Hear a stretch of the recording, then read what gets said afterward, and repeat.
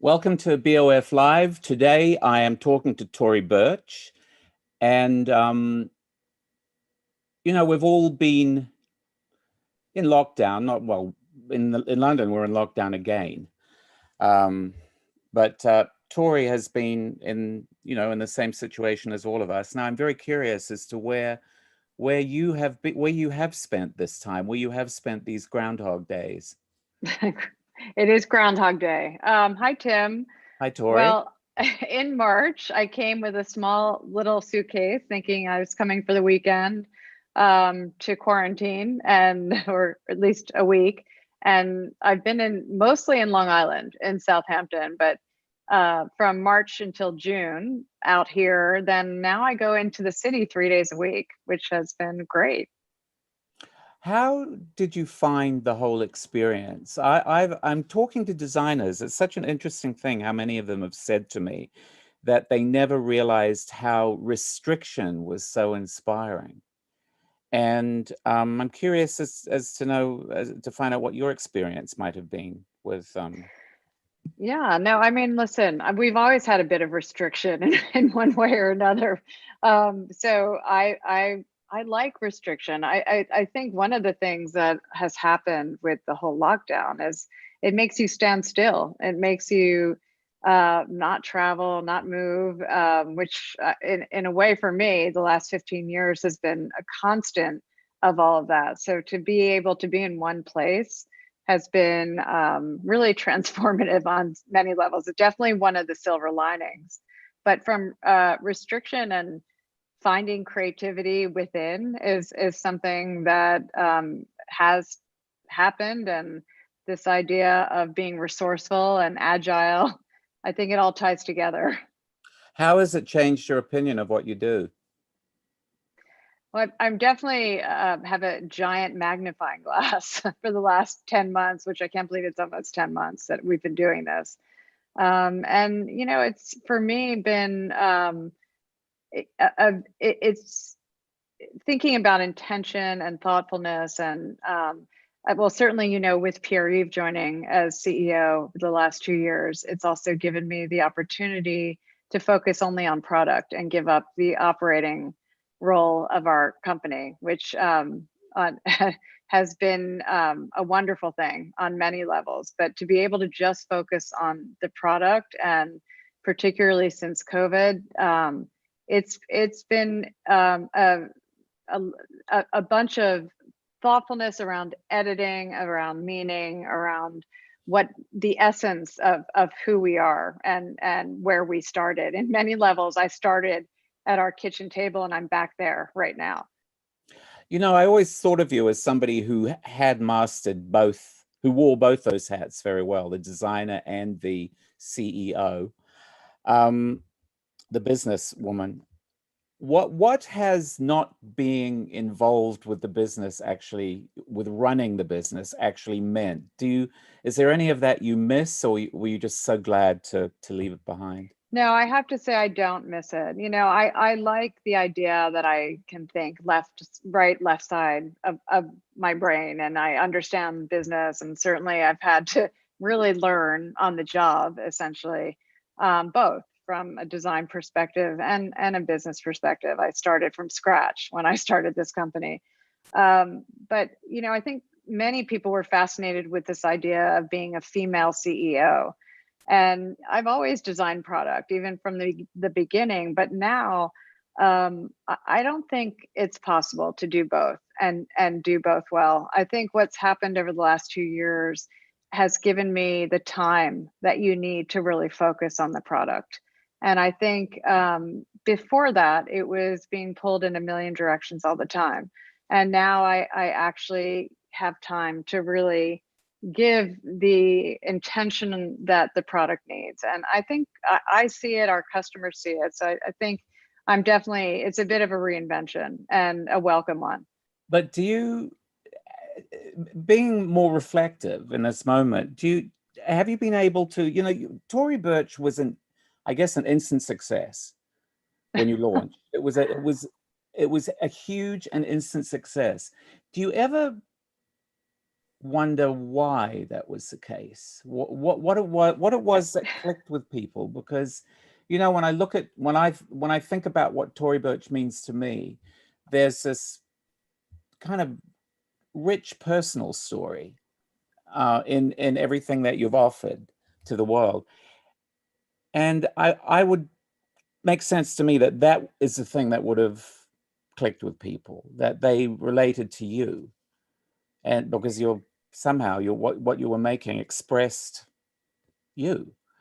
But I wondered if you've ever sat down and thought about why it worked as well as it did, as quickly as it did. I mean, I have to be honest, I don't give it a lot of time thinking about, and certainly it's a bit of a mystery that people or things that we do and have done have resonated in the way that they have. I certainly and all of that, and it's I think one of the things I've been fascinated with over the years is the idea that luxury isn't about a price point, and that's something that I think is relatable, particularly today. I think even more so today. So what is luxury if it's not Well, about a price point? aside from time, which we all know is probably the biggest luxury, I think I look at things in terms of style and this idea of how things make you feel, emotion. And there's nothing better when I hear that our clothes make women feel confident. That's a luxury to me. But to think about something that you buy that you have forever, that's a luxury that you can hand on and give down. And something that's something I've been thinking a lot about, is how do you design beautiful things that are timeless and last. Now that ties in obviously to a lot of concerns in fashion. I mean, what you're talking about is also, in a way, the essence of haute couture, that it's clothes that aren't disposable. It's clothes that do get passed on, and there's that's the embodiment of sustainability. They have a life. Yeah. It it's interesting that is now in people's minds, in your mind, as a sort of, it's almost an opposition to the way the industry was, or what the fashion industry had become. That's a fairly fundamental change, it seems to me.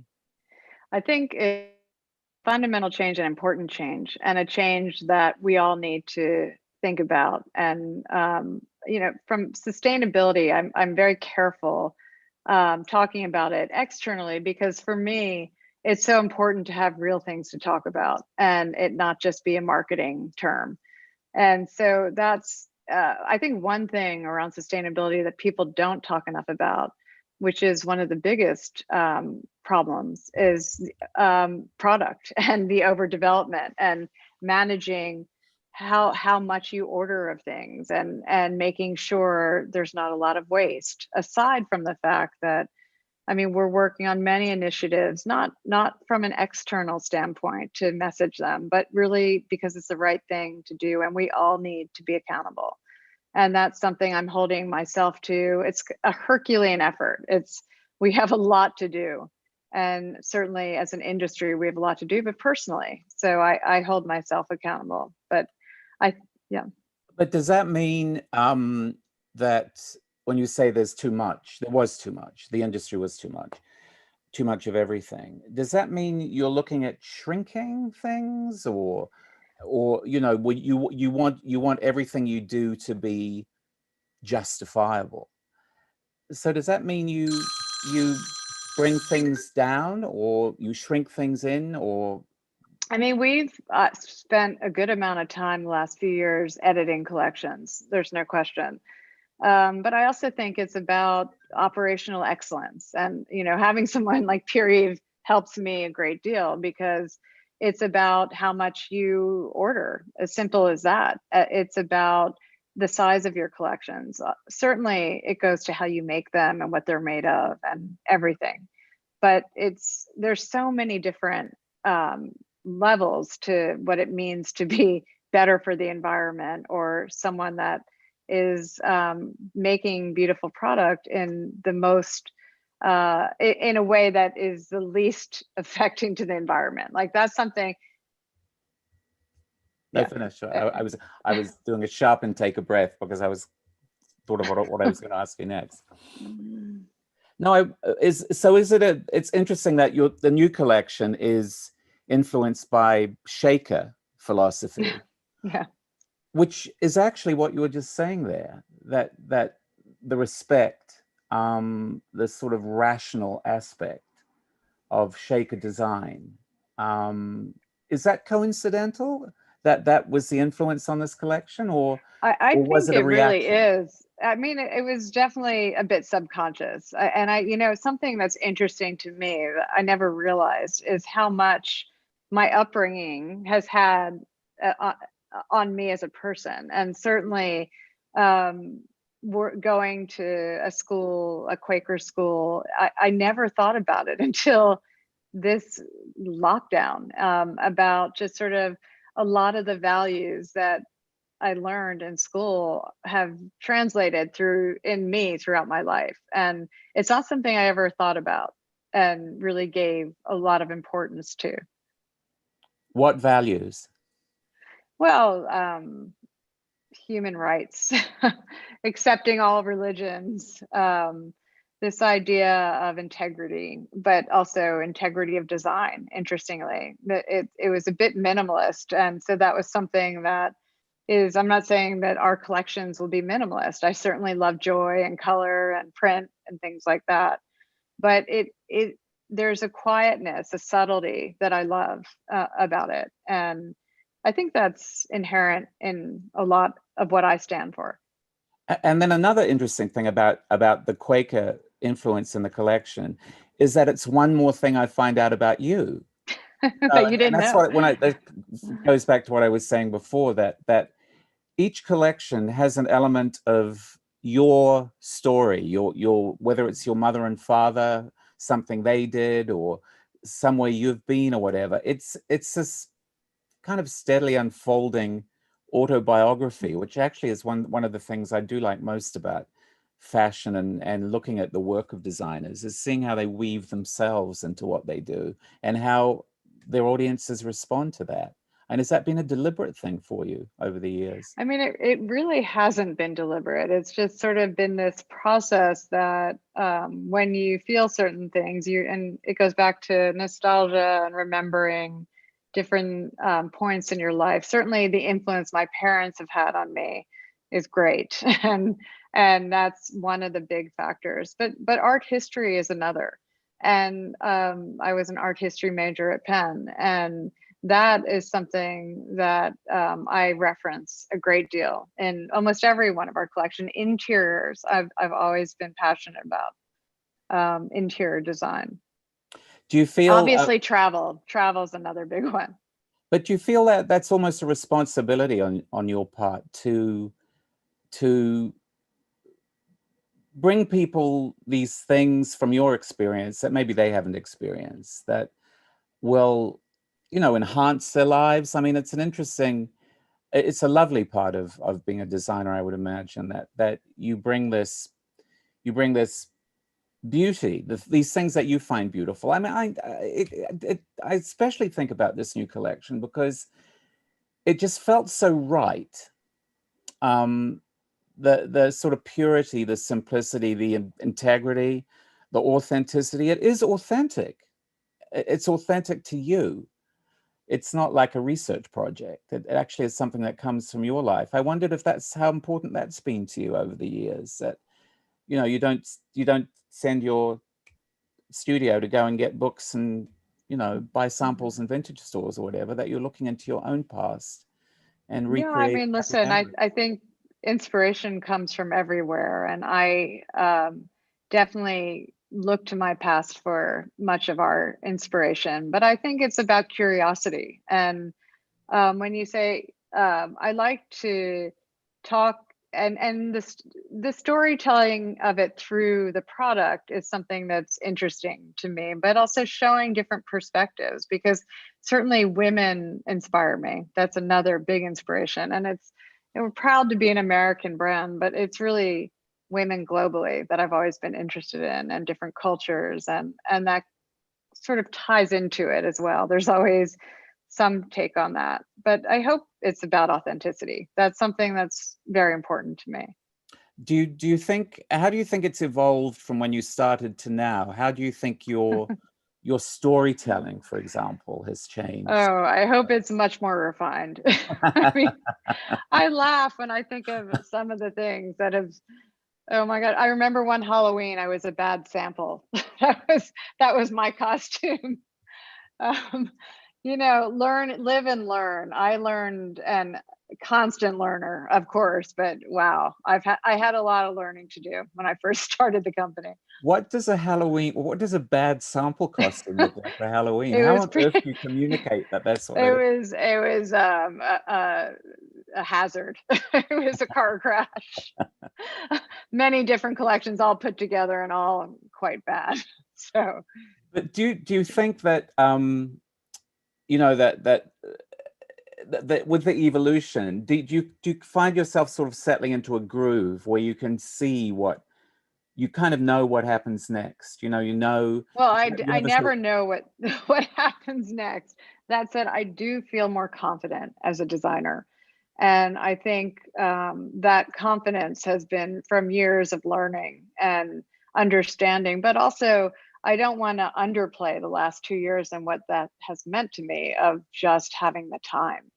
And time is, oh God, so valuable when you think about design and working on the amount of collections that I work on, which is a lot. I mean, it's I love ready to wear, but I also love handbags and footwear, and now jewelry as well. I mean, I'm really interested in all of it, and this idea of what is the essence of what it means for us, and how do we design things that stay and are timeless. I think fashion is wonderful. Style to me is more interesting. Okay, tell me about that. What's the distinction you make there? Because you are a fashion designer. Yeah, and I love fashion, but I think fashion is about what's happening at the moment, and I love that, and I think that certainly is important. Style is something that is everlasting, and that's something that is inherent, and people. I love the idea of people taking things of ours and individualizing it, and pair and making. I've always been interested in high low, and as you mentioned, couture, mixing it with something that's, just bought in a flea market. That's something that's really interesting to me. And I think women have a way of when they dress, the essence of who they are comes out, and the ability to portray their creativity is something I'm interested in. See, when I think you talk about your shoes and bags, I always think of incredible detail with your shoes and bags. I think you actually get the story and the accessories when you You know, do? Thank you. yeah, in your shows where you describe it's often something to do with your mum and dad, actually. Yes. When you describe what the inspiration of the collection was, you can see the story, the place or the time in the bags and the shoes. And it's kind I of wish my dad was here to see it, because it was really funny. He didn't always like the shoes I wore. He was very particular. I used to laugh. I think he would have been an amazing designer, actually. He designed his own clothing, and he was very particular. But yeah, I mean, shoes and bags. I mean, I think now this idea of quality is something I've always been obsessed with it, but even more now. And this idea of luxury, what does that mean? And I don't think luxury is about a price. I've always been, I love this idea of giving our customer luxurious things that aren't necessarily a luxury price point. But But it's what not really about price for me either. It's about integrity of design and quality. and also a story. I think And that a story, if you yes. intrigue people, a stone on a beach can intrigue somebody. Objects that are really resonant. beautiful accessories obviously count there. But I wonder how this changes going forward. That Mm. you know, something something good that could come out of the situation we've been in is that it changes the relationship of the designer and her customer. You know, Yeah, that there is maybe an opportunity to speak more directly, to have a more absolutely. intimate relationship in a way. I wonder how you feel about that.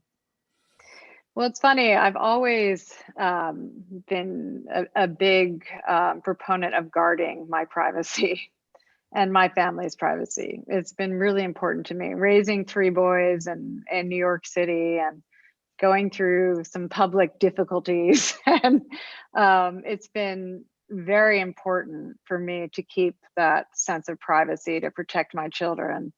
Um, Interestingly, when COVID happened, I've always had a great relationship with our customer, and this sort of, listen, they've helped me build our brand. They have ownership in that, and they feel that, and I give them that because it's what happened.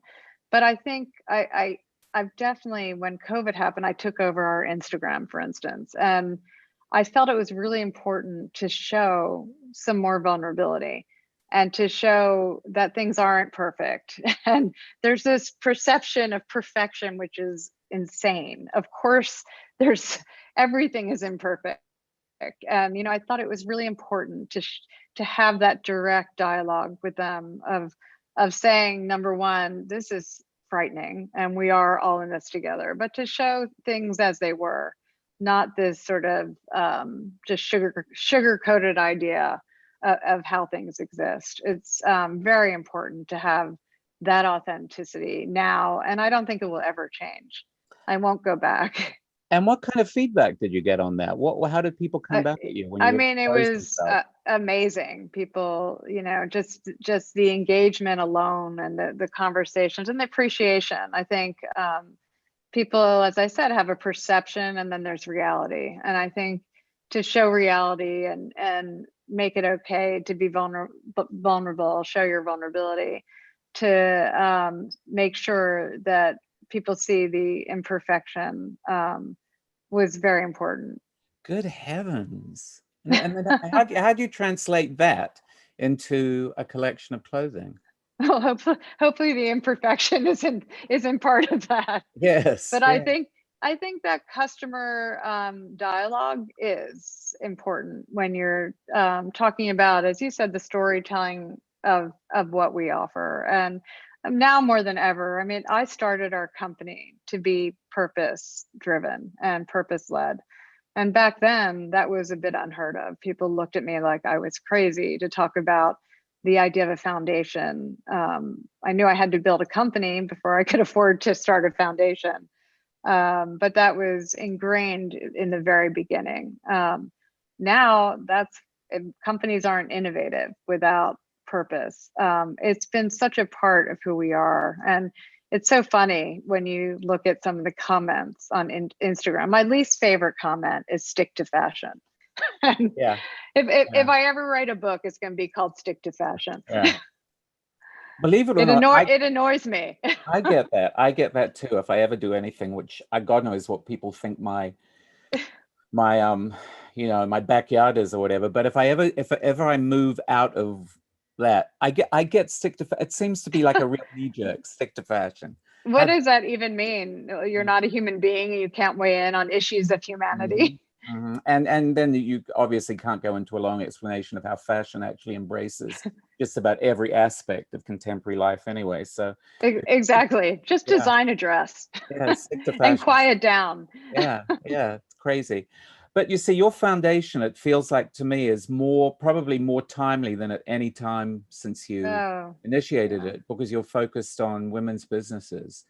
And I imagine a lot of them are in, just as so many businesses are in a lot of trouble right Horrendous. It's horrendous for women right now. I mean, we pivoted when COVID hit. Certainly the loans we give out are an incredibly important part, and we will be starting that again. With our partnership with Bank of America, we've given low interest loans, which is something, capital is a big need for women. But right now, women need help, and we had to help many women figure out how to get loans, PPP loans, they're taking care of their children at a much higher rate than men. They've become at-home teachers. So we had to really pivot to really be a resource of help for women. The numbers are devastating. When you look at probably 600,000 businesses in the US have gone out of business in just, I think, February, March, and April. So that was one data point, and it's just growing, and it's not getting better. So we are really focused on that. But I think our foundation also tackles issues of bias, of race. We have a whole initiative of a friend of mine, Melody Hobson, coined the phrase being color brave. And in the US, it's such an important topic right now, obviously. And as our company, don't ever mind weighing in on issues of humanity. I try to steer clear of politics. Harder and harder these days, Yeah. but issues of humanity, no problem. I mean, between politics and the pandemic, the challenges that a foundation like yours faces must seem almost insurmountable at times. Well, So I think it's an opportunity in many ways. I think, also just even starting the concept of wear a damn mask, which I started to challenge of the hashtag wear a damn mask.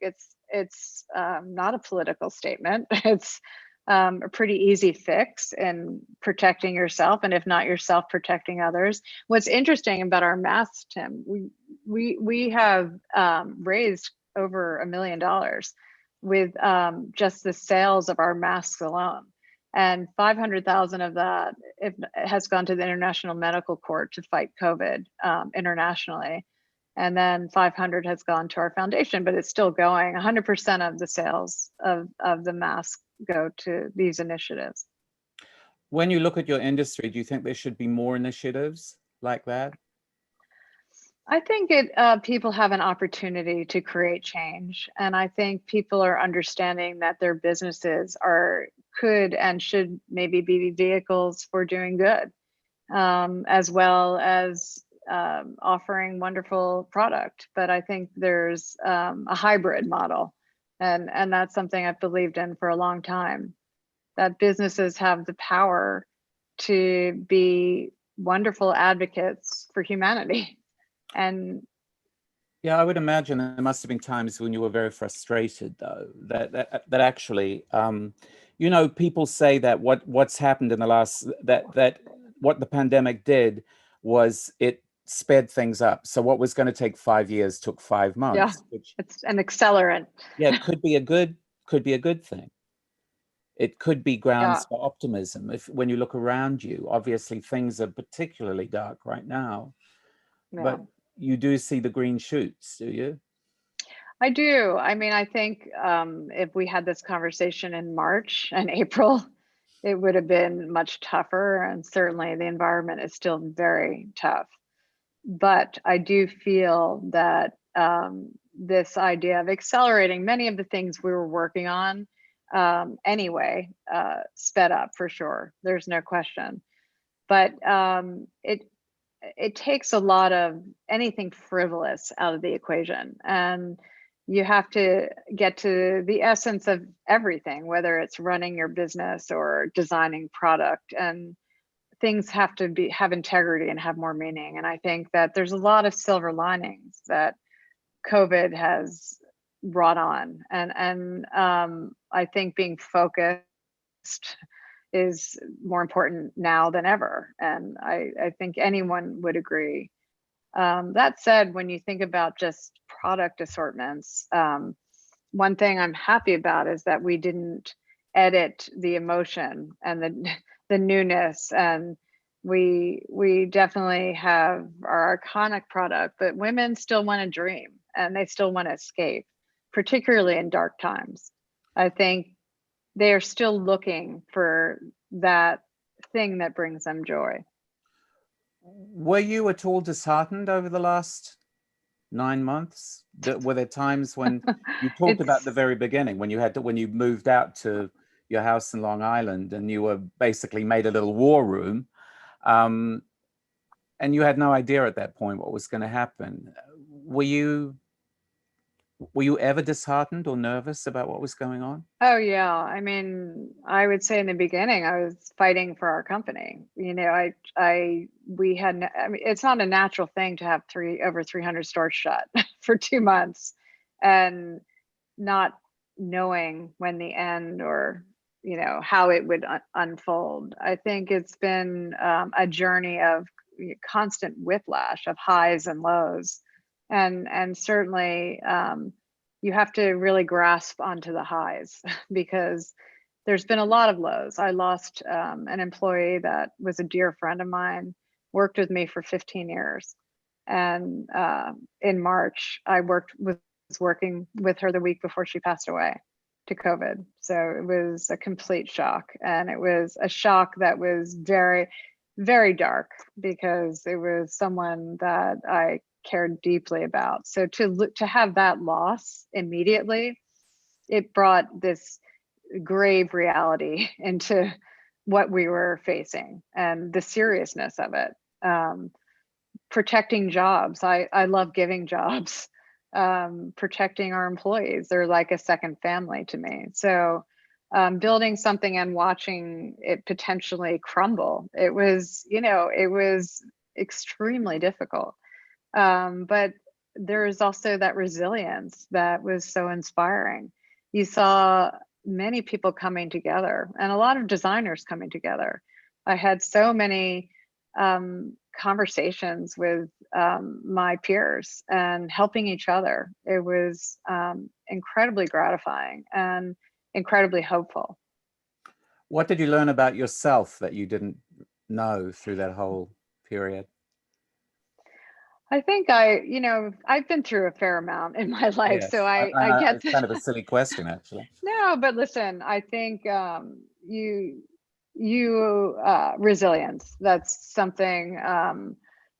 The ability to just not give up and get more focused. I always think of grace under pressure, and certainly everyone's had to have that a bit.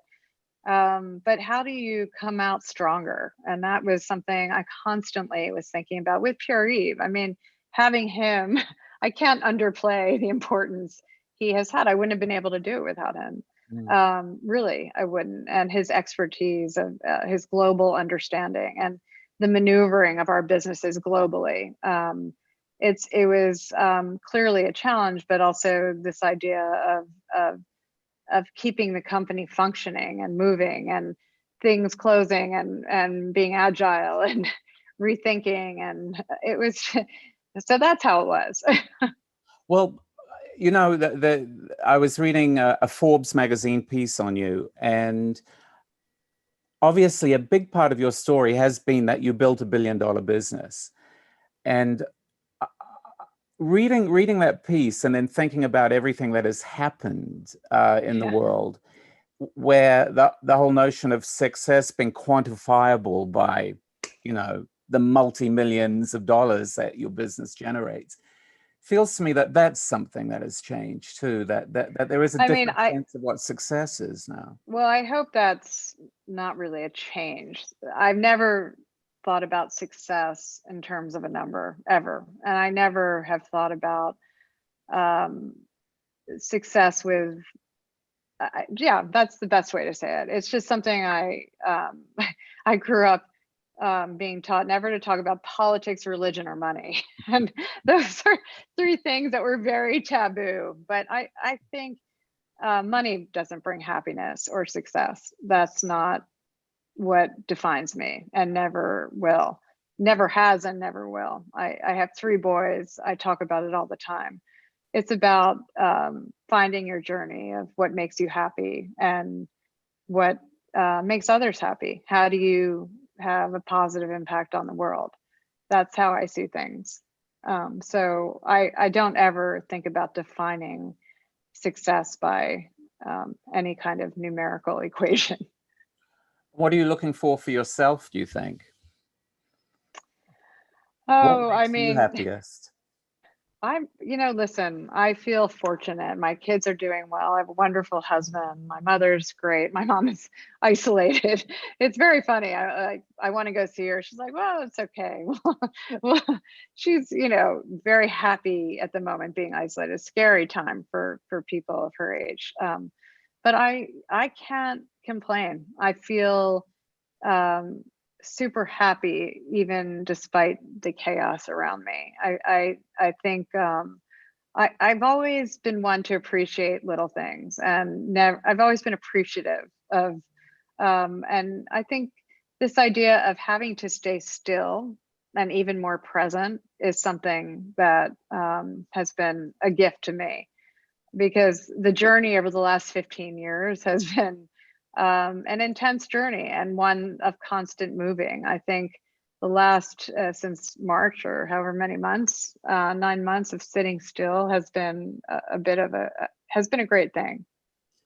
I think of you as a bibliophile as well. You love books, you collect first editions, and that's quite a solitary, reflective pursuit as well. You read poetry, you'll sit and you'll read poetry,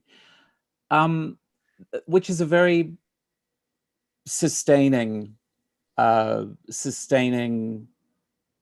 obsession, I suppose, in a way. Isn't it? Is it an Yeah, obsession, do you think?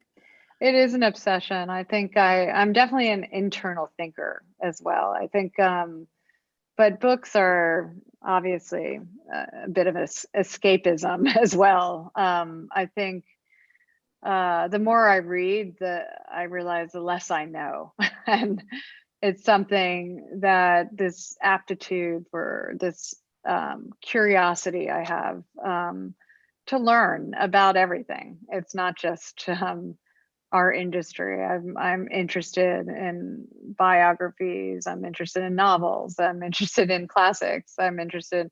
So for me, it's a window into our history, an education on the way history repeats itself, learning about other cultures. Yeah, it's an obsession. What are the words that have meant most to you, and over your years of being what are your go-to books? Oh, I mean, my favorite book is probably A Hundred Years of Solitude, Really? by Oh. Oh. Gabriel Garcia Marquez. And I mean, how do you write like that? Mm. It's just the most mystical, beautiful thing in the world. Do you know, that's really funny? I just read David Bailey's autobiography, No, I haven't and read that. and he taught it's I don't know if it's out yet, but he talks about not being much of a reader, but Really? that's the Have you book read that it? no, I haven't. I'm sorry, I blush Oh, to it's admit. just a short novel. Yeah, it's a doorstop, I know. No, it's one It's of those ones. amazing. You have to read it. Now, what about that book? I know what it's about, but what about that book speaks to you? Well, it makes you dream. The fantasy, the mysticism, the beauty, and the actual writing. I mean, that I love beautifully written books. There's another book, Wild Swans. I don't know if Uh-huh. you've read I've that. read that. Yes, I've read that. Yeah. It's beautifully written. I'm interested in that, and certainly classics like Tender as the Night. You can't, or even oh gosh, Anne Rand. I mean, I think Fountainhead was such a wonderful book. I know. But I just like reading about, it's not even, it's not because I like necessarily the message of the books I read always. I mean, King Leopold's Ghost is about a genocide at the turn of the century. I mean, I'm just interested in all kinds of topics. It's not just um, one kind of book. Do you think that there's a little bit of F. Scott Fitzgerald in what you do, that in a way there's something.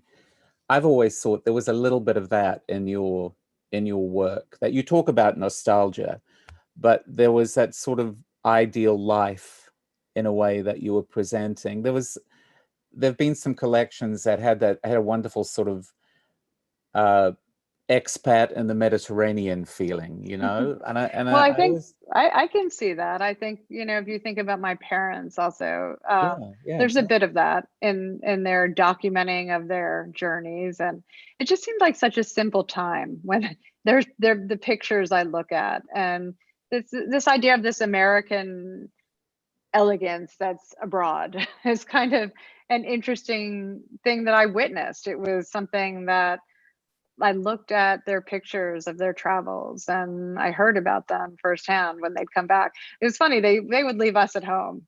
My brothers and I had a grand time being left for most of their trips. It's definitely a different time back then. And yet, you know, the thing that's so striking about Fitzgerald is that there's always that little shadow, you know, Mm, there's always a, well, in Tender is the Night, especially, you know, yeah. it doesn't go so well there.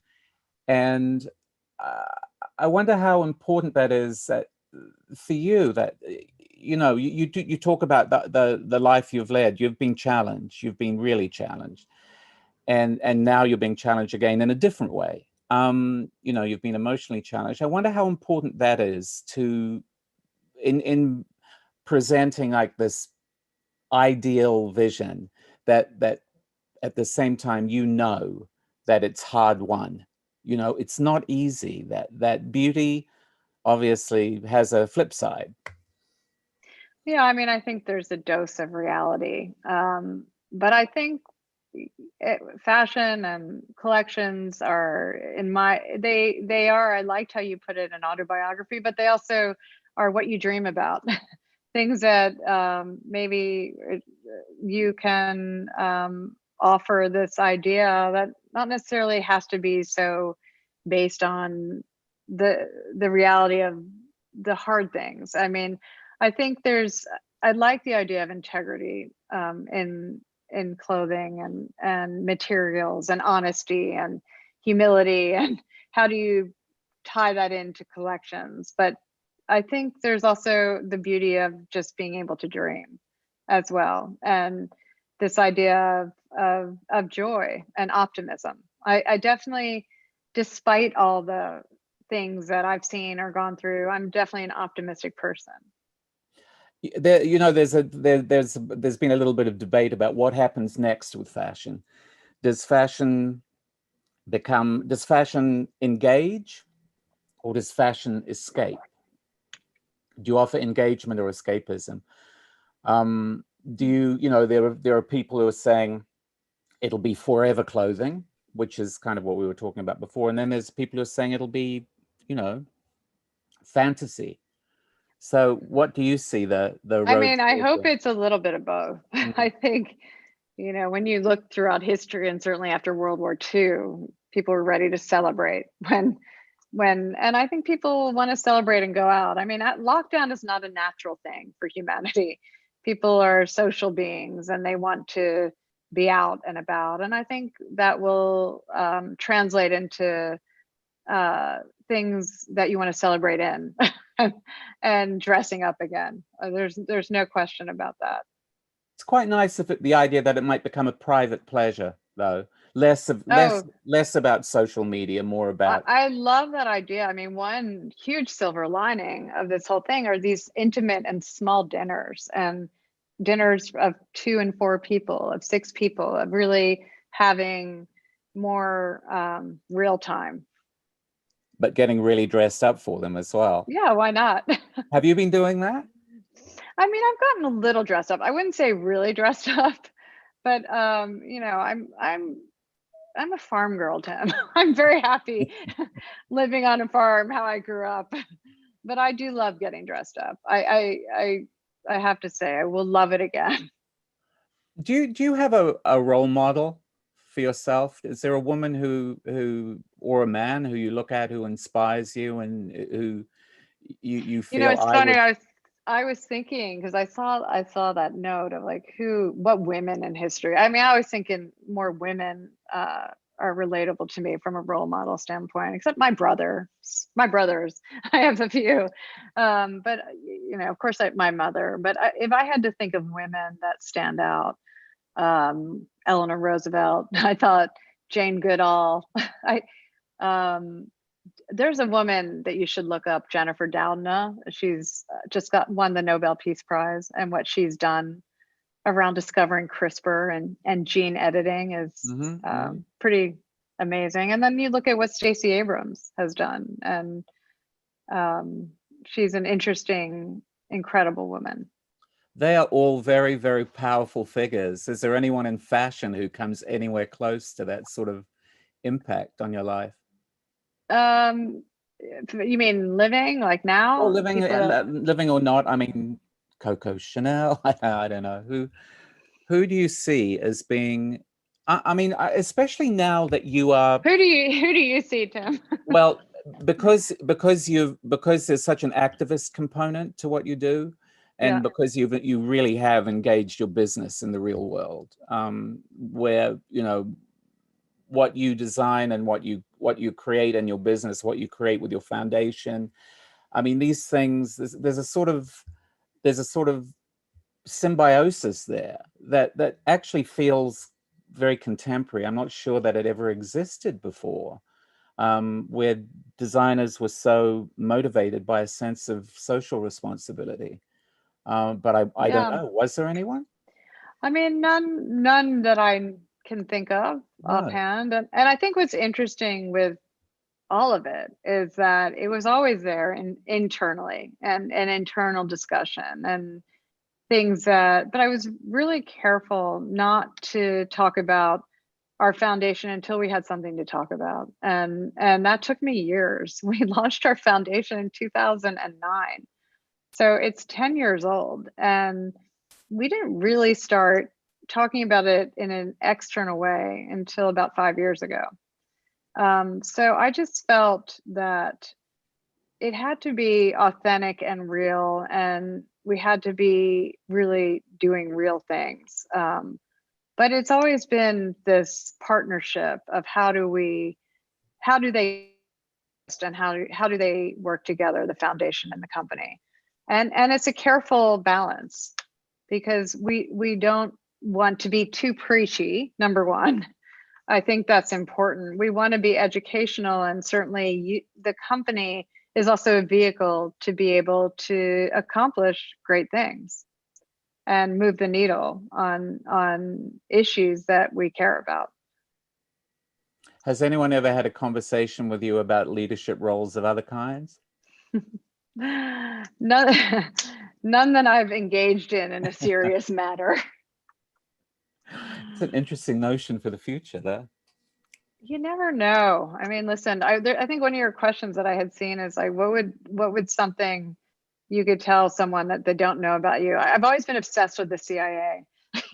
I guess now that I mentioned that, I can't ever join it. Ever since I was little. Who knows? There might be an opening there quite sooner than we think. Good heavens. Tory, it's been wonderful speaking to you. I don't know how much longer this is going to be the way we meet up, but I know. It's funny because you actually end up talking a lot more. And if I was talking to you backstage, I would have had 2 or 3 minutes. So no, I'm happy to have more time. Thank you so much. Thank you so much, and congratulations on everything that you're doing. And I hope leading by example actually turns into something really meaningful in the next few years. So thank you, Tim. Nice to see you. Good to see you.